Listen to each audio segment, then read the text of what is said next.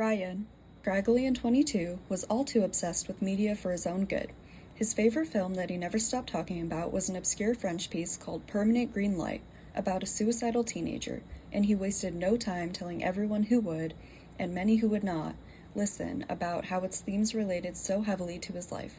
Generally, what he chose to do when watching was, rather than taking the work by its own merits, to choose a character or two that he could project his own mentality onto, and then claim that they really did relate so much back to his own life. Once, at 16, he'd written in his journal a long essay about how much of a masterpiece BoJack Horseman was, and how deeply it spoke to his soul and how much he really understood the main character. And then only upon rewatch several years later, realized he totally failed to understand the majority of the points the show was trying to make, and, in fact, hated the character he'd seen himself so much in. His roommate, Mari, wasn't like that. She was in some ways more of a laid-back enthusiast, enjoying plenty of garbage films and trashy reality TV, though she despised many works not because they themselves were bad, but because the way they were discussed culturally was, in her eyes, incredibly trite and annoying and pretentious and uncritical. These factors combined made movie nights in their shared apartment generally insufferable, usually resulting in a lot of loud arguing and eventual departures to separate bedrooms so they could watch their own movies. Tonight, however, was their 6-month roommate-iversary, so they were determined to work something out, one way or another. Steve Carell? Great cast. Oh yeah, and great acting too. Sufjan Stevens, oh my god, just perfect. But I've seen it like 7 times now. Scott Pilgrim? The comic's way better. What about Heathers? I mean, we watched it when we first met. Let's see. Taxi Driver? Yeah, Taxi Driver.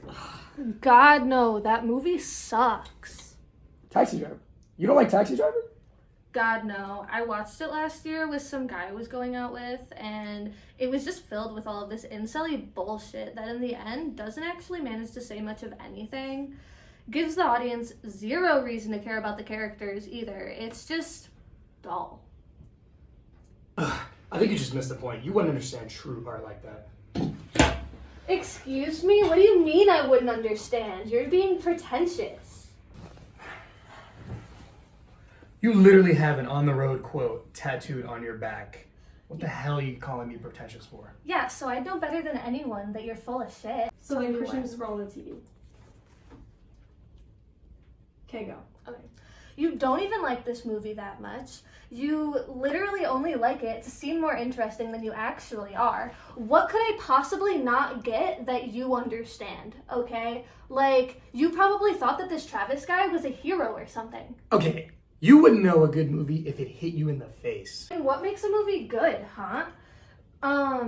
Cause I heard you talk about things you like, and really, it just seems like a lot of the time you're pretending to, like, understand the themes, when in reality, you just watch these movies to seem more interesting. Please, if you're so smart, explain to me your taste in movies. I just like what speaks to me. Can't you say that for everybody? I like what speaks to me too. Well, it goes beyond that. It's when a film has themes I enjoy, or well-written characters, or I'm nostalgic for it. It goes beyond what'll ever make your stupid little movie account look better. Okay, but can't you also just like a movie because you can talk about it? Like, for example, like Fight Club. People like Fight Club because they can talk about the first rule of Fight Club. Does that not kind of tie into it? I want to like a movie based on, like, what it is, and not like what I imagine it to be. Hey, can you guys stop? I have an exam at 8 tomorrow. You're both being loud, and you're clearly not going to choose a movie, so can you just, like, cut it out? Can you just go to bed? We're figuring it out. Oh my god. I have an exam due in like an hour. We'll find something else to watch tomorrow, man. I gotta go to bed.